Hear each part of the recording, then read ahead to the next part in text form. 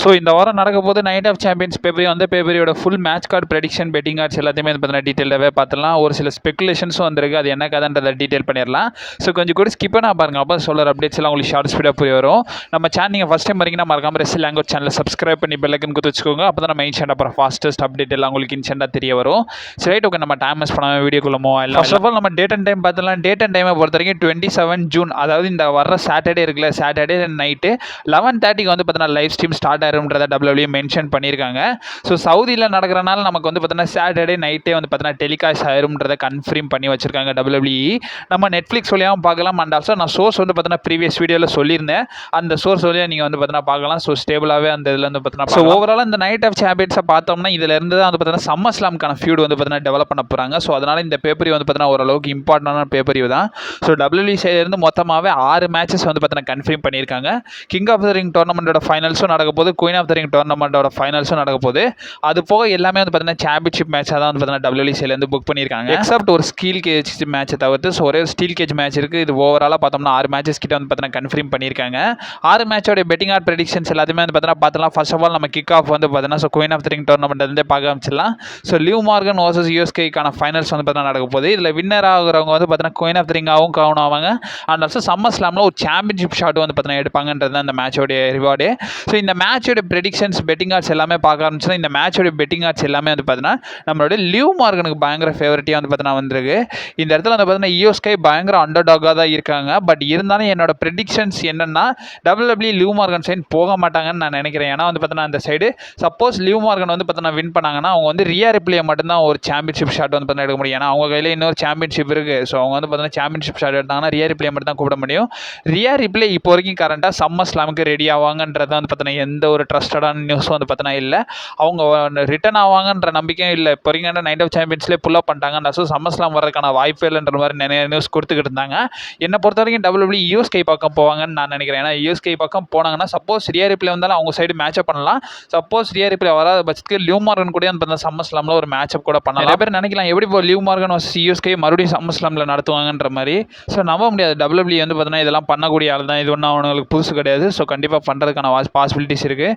என்னை பொறுத்த வரைக்கும் இந்த சைடு யூஎஸ்கே பக்கம் WWE போவாங்களோன்னு எனக்கு தோணுது. மற்றபடி இந்த இடத்துல ஜட்மெண்ட் டேயோட மெம்பர்ஸோட இன்வால்மெண்ட் இருக்குமான்றது எனக்கு ஷுவராக வந்து பார்த்தீங்கன்னா சொல்ல தெரியல. இவங்களோட இன்வால்மெண்ட் இருக்கலாம். பட் இருந்தாலும் எனக்கு தெரிஞ்சு யூஎஸ்கே பக்கம் போவாங்கன்னு நான் நினைக்கிறேன். யூஎஸ்கே பக்கம் போனால் தான் கொஞ்சம் ப்ராஃபிட்டபுளாக இருக்கும். ஸோ ஸ்டோரி லைன் வைஸ் ரெண்டாவது மேட்ச் பொறுத்த வரைக்கும் ட்ரிக் வில்லியம்ஸ் வர்சஸ் ரிக்கி சைன்ஸ்க்கான United States championship match.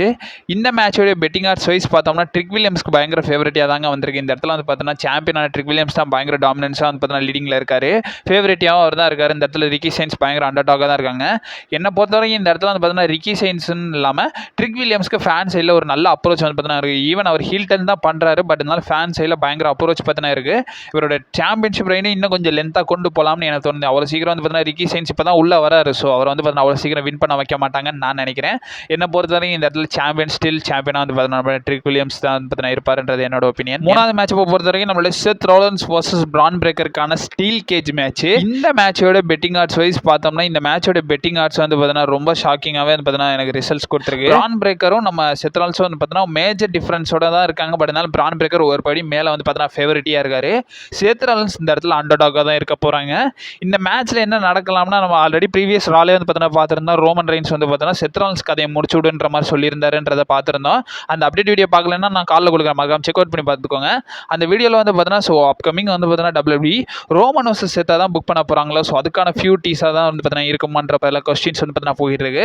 Suppose இந்த மேட்ச்சில் வந்து பார்த்தீங்கன்னா ஸோ ஜேக்கப் ஃபார்ட் வந்து பார்த்தீங்கன்னா இன்வால்வ் பண்ண வச்சாங்கன்னா ஸோ பிரான் பிரேக்கரை வின் பண்ணுற மாதிரி WWE வைக்கலாம். ஆக மொத்தத்தில் ஒரு விஷயம் இந்த இடத்துல நடக்க போகுது. இந்த மேட்சோட இந்த ஸ்டோரி லைன் வந்து பார்த்தீங்கன்னா முடிய போகுது. செத் ரோலன்ஸ்க்கு விஷனுக்கான ஸ்டோரி லைன் இந்த இடத்துல முடிஞ்சிடும். பட் எப்படி முடியுதுன்றது தான் எனக்கு சத்தியமாக தெரியும். WWE இந்த இடத்துல செத் ரோலன்ஸை வின் பண்ணி கூட ஃப்ரெஷ்ஷாக ரோமன் ரெயின்ஸ் சைடு அனுப்பலாம். இல்லைன்னா செத் ரோலன்ஸ் வந்து பார்த்தீங்கன்னா ஜேக்கப் ஃபார்ட் வச்சு இன்டர்ஃபென்ஸ் பண்ண வச்சு தோக்க வச்சுட்டு அதுக்கப்புறமா கூட ரோமன் ரெயின்ஸ் சைடு ஃபியூட் அப் டெவலப் பண்ணலாம். பட் ஒரு ஷாக்கிங் ஸ்டாட்ஸ் என்னன்னா இது வரைக்கும் செத் ரோலன்ஸ் எந்த ஒரு ஸ்டீல் கேஜ் மேட்ச்லையும் தோத்ததே கிடையாது. ஸோ அப்படி ஒரு ஸ்டீக் வந்து பார்த்தீங்கன்னா மெயின்டைன் பண்ணிட்டு இருக்காரு.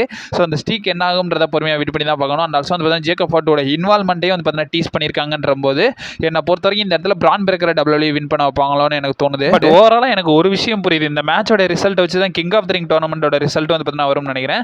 சப்போஸ் இந்த மேட்ச்சில் வந்து பார்த்தீங்கன்னா நம்ம செத் ரோலன்ஸ் வந்து பார்த்தீங்கன்னா ரோமன் ரெயின்ஸை வந்து பார்த்தீங்கன்னா டேக் ஆஃப் பண்ணுற மாதிரி இருந்ததுன்னா அந்த இடத்துல ஜே உசோ பக்கம் தான் WWE போவாங்க. அதுக்கப்புறம் ஒபாஃபமே என்ன நடக்கும்ன்றதை நான் அந்த மேட்சை பற்றி பேசும்போது அதில் தனியாக ஸ்பெகுலேட் பண்ணுறேன். இப்போ வரைக்கும் கண்ட என்ன பொறுத்த வரைக்கும் இந்த இடத்துல பிரான் பிரேக்கர் வின் பண்ணுறதுக்கான பாசிபிலிட்டிஸ் இருக்குது. ஜேக்கப் ஃபோர்ட் இன்டர்ஃபென்ஸ் பண்ணார்னா பிரான் பிரேக்கர் வின் பண்ணுவார். இல்லைனா க்ளீன் மேட்சாக போச்சுன்னு வைங்களேன், இந்த இடத்துல வந்து பார்த்தோன்னா செத்தாலும் வின் பண்ணுவாங்க. கண்டிப்பாக விஷன் மெம்பர்ஸ் இன்வால்வ் பண்ணுறதுக்கான பாசிபிலிட்டிஸ் இருக்குது. அதையும் தாண்டி என்ன பண்ணுறாங்கிறத பொறுமையாக வெயிட் பண்ணி தான் பார்க்கணும். 4வது மேட்ச் பொறுத்த வரைக்கும் டிஃபனி ஸ்டாட்டன் வர்சஸ் ஜெட் கரிலுக்கான women's United States championship match. இந்த மேட்சை பொறுத்த வரைக்கும் இந்த மேட்ச் வந்து பார்த்தோன்னா WWE ஹிஸ்டரியில் பல தடவை நடந்திருக்கு. ஆனால் இதுதான் ஃபர்ஸ்ட் டைம்ன்ற மாதிரி தான் சொல்லணும். அத்தனை தடவை வந்து பார்த்தோன்னா இந்த மேட்ச் நடத்திட்டானுங்க. ஜெட் கரில் ரிட்டர்ன் ஆனதுலேருந்து அதிக தடவை இவங்க கூட தான் மேட்ச் பண்ணியிருப்பாங்கன்னு நான் நினைக்கிறேன். ஸோ என்ன கதைன்றதை கமெண்ட் பாக்ஸில் மென்ஷன் பண்ணுங்கள். ஸோ இந்த மேட்சோட பெட்டிங் ஆர்ட்ஸ் வைஸ் பார்த்தோம்னா இந்த இடத்துல வந்து பார்த்தோன்னா டிஃபனி ஸ்டாட்டன் வந்து பார்த்தோன்னா பயங்கர டாமினன்ஸாக வந்து பார்த்தோன்னா இருக்காங்க. இந்த இடத்துல ஜெட் கரில் அண்டர் டாக்காக தான் இருக்காங்க. இந்த மேட்ச்சில் வந்து பார்த்தோன்னா ஜெட் கரிலோட ஃபேஷனான பிஃபேப் அண்ட் ஆல்சோ மிச்சின் வந்து பார்த்தோன்னா இன்டர்ஃபென்ஸ் பண்ணுறதுக்கான பாசிபிலிட்டிஸ் இருக்குது. அண்ட் ஆல்சோ இந்த இடத்துல வந்து பார்த்தோன்னா அலெக்சா பிளேஸ் அண்ட் ஆல்சோ ஷார்ல் ஃபேரோட இன்டர்ஃபென்ஸ் இருக்கிறதுக்கான பாசிபிலிட்டிஸ் இருக்குது. அப்படி இவங்க 2 பேரையும் மேனேஜ் பண்ணாங்கன்னா எனக்கு தெரிஞ்சு டிஃபனி ஸ்டாட்டனே வந்து பார்த்தீங்கன்னா வின் பண்ணலாம். டிஃபனி ஸ்டாட்டன் அவங்க கையில் வந்து பார்த்தீங்கன்னா யுனைடெட் சாம்பியன்ஷிப் இருக்குன்றது நிறைய பேருக்கு மறந்து போச்சு. அப்பப்போ கையில் கொண்டு வரனால தான் தெரியுது. அந்த அளவுக்கு அவங்க சாம்பியன்ஷிப்பே வந்து பார்த்தீங்கன்னா பெரிய லெவலில் இம்ப்ரெசிவாக வந்து பார்த்தீங்கன்னா பண்ணலை. பட் இருந்தாலும் அவங்கள வந்து பார்த்தீங்கன்னா தோக்க வைப்பாங்களான்றது எனக்கு சத்தியமாக தெரியல. பட் இருந்தாலும் ஜெட் கரில் கையில் கொடுத்தாங்கன்னா நல்லாயிருக்கும். ஏன்னா அவங்களுக்கு ஒரு ஃபேக்ஷன் இருக்குது. அவங்க ஹீலாக புஷ் பண்ணுறாங்கன்ற போது அவங்களுக்கு ஒரு யூஸாக வந்து பார்த்தீங்கன்னா இருக்கும். பட் WWE என்ன பண்ண போகிறாங்கன்றது தெரியல. மோஸ்ட் ப்ராபப்லி அலெக்சா ஷார்ல் ஃபேர்ஸோட இன்டர்ஃபென்ஸ் இருக்கிறதுக்கான பாசிபிலிட்டிஸ் இருக்குது. என்ன நடக்குதுன்றதை பொறுமையாக வெயிட் பண்ணி தான் பார்க்கணும். என்ன பொறுத்த வரைக்கும் டிஃபனி ஸ்டாட்டனே வந்து பார்த்தீங்கன்னா ஸ்டில் சாம்பியனாக இருப்பாங்கன்றது என்னோட ஒப்பீனியன். கடைசியாக 2 மேட்ச், இந்த 2 மேட்ச்சில் ஒன்று வந்து பார்த்தீங்கன்னா மெயின் ஈவெண்ட்டாக இருக்குது. என்ன பொறுத்த கிங் ஆஃப் த ரிங்கே வந்து பார்த்தீங்கன்னா மெயின் ஈவெண்ட்டாக புஷ் பண்ணிடுவாங்கன்னு நினைக்கிறேன். இல்லைனா ஒரு மேட்ச் வந்து பார்த்தீங்கன்னா கிக் ஆஃபாக வந்து பார்த்தீங்கன்னா இருக்கும். அதர்வைஸ் வந்து பார்த்தீங்கன்னா அன்டிஸ்பியூட்டட் WWE சாம்பியன்ஷிப் மேட்ச் ஒரு ட்ரிபிள் த்ரெட் மேட்சாக வந்து பார்த்தீங்கன்னா நடக்குது. ஸோ கோடி ரோட்ஸ் அவரோட டைட்டில் கந்தர் அண்ட் ஆல்சோ சமிசின் கூட வந்து பார்த்தீங்கன்னா டிஃபெண்ட் பண்ணுறாங்க. இந்த மேட்சோட பெட்டிங் ஆர்ட்ஸ் வைஸ் பார்த்தோம்னா இந்த இடத்துல வந்து பார்த்தீங்கன்னா கோடி ரோட்ஸ் தான் வந்து பார்த்தீங்கன்னா பயங்கர டாமினன்ஸாக இருக்காங்க. கோடி ரோட்ஸ்க்கு அப்புறமா சமிசினுக்கு அப்புறமா கந்தர் வந்து பார்த்தீங்கன்னா இருக்காங்க.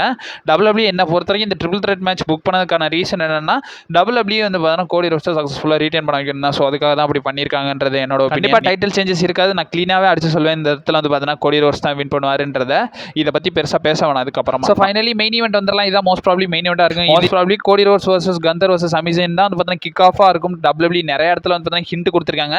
என்னன்றதை பார்ப்போம். இப்போ வரைக்கும் கரண்டாக நம்ம கிங் ஆஃப் ரிங் டோர்னமெண்ட்டோட ஃபைனல்ஸ் பார்த்துலாம். ஒபா ஃபேமே வர்சஸ் ஜே ஊசோ. ஸோ இந்த மேட்சோட பெட்டிங் ஆர்ட்ஸ் வைஸ் பார்த்தோம்னா இந்த பெட்டிங் ஆர்ட்ஸ் எல்லாமே வந்து பார்த்தீங்கன்னா ஜே ஊசோக்கு ஃபேவராகவே வந்திருக்கு. ஒபா ஃபேமே விட ஜே ஊசோ தான் வந்து பயங்கர ஃபேவரட்டியாக இருக்காரு. ஜே ஊசோ அடுத்து தான் நம்ம ஒபா ஃபேமே பார்த்தீங்கன்னா இருக்காரு.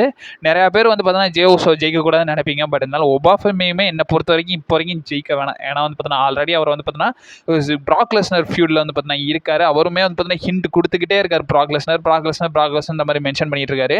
நமக்குமே ஒரு விதத்தில் தெரிஞ்சிச்சு. ஸோ சம்மர்ஸ்லாம் மினியாபிலிஸில் நடக்குதுல்ல. ஸோ அதான் பார்த்தீங்கன்னா ப்ராக் லெஸ்னரோட கடைசி மேட்ச். அவரோட ஹோம் டவுன் வேறன்ற போது இந்த மேட்ச் வந்து பார்த்தீங்கன்னா கண்டிப்பாக வந்து பார்த்தீங்கன்னா WWE புக் பண்ணுவானுங்கன்னு நான் நினைக்கிறேன். கண்டிப்பாக இந்த மேட்ச்சில் வந்து பார்த்தீங்கன்னா எனக்கு தெரிஞ்சு ப்ராக் லெஸ்னர் இன்டர்ஃபெரன்ஸ் இருக்குமான்றதே எனக்கு 100% சொல்ல தெரியல. பட் இருக்கிறதுக்கான பாசிபிலிட்டிஸ் இருக்குது. ப்ராக் லெஸ்னர் வருவாருன்ற மாதிரி எதிர்பார்க்காதீங்க. ஏன்னா WWE டிஸ்டன் 10 நிறையா கொடுப்பானுங்க. ஸோ அவர் வர்றதுக்கான பாசிபிலிட்டிஸ் அதிகமாக இருக்குது. ஒரு 50-50 தான் வந்து பார்த்தீங்கன்னா சொல்லுவேன். வரவும் செய்யலாம், வராமலேயும் போகலாம்ன்றது தான் என்னோட ஒப்பீனியன். கண்டிப்பாக வந்து பார்த்தீங்கன்னா ப்ராக் லெஸ்னர் இன்டர்ஃபெரன்ஸ் பண்ணாருன்னா ஜே ஊசோ தான் வந்து பார்த்தீங்கன்னா வின் பண்ணுவார்.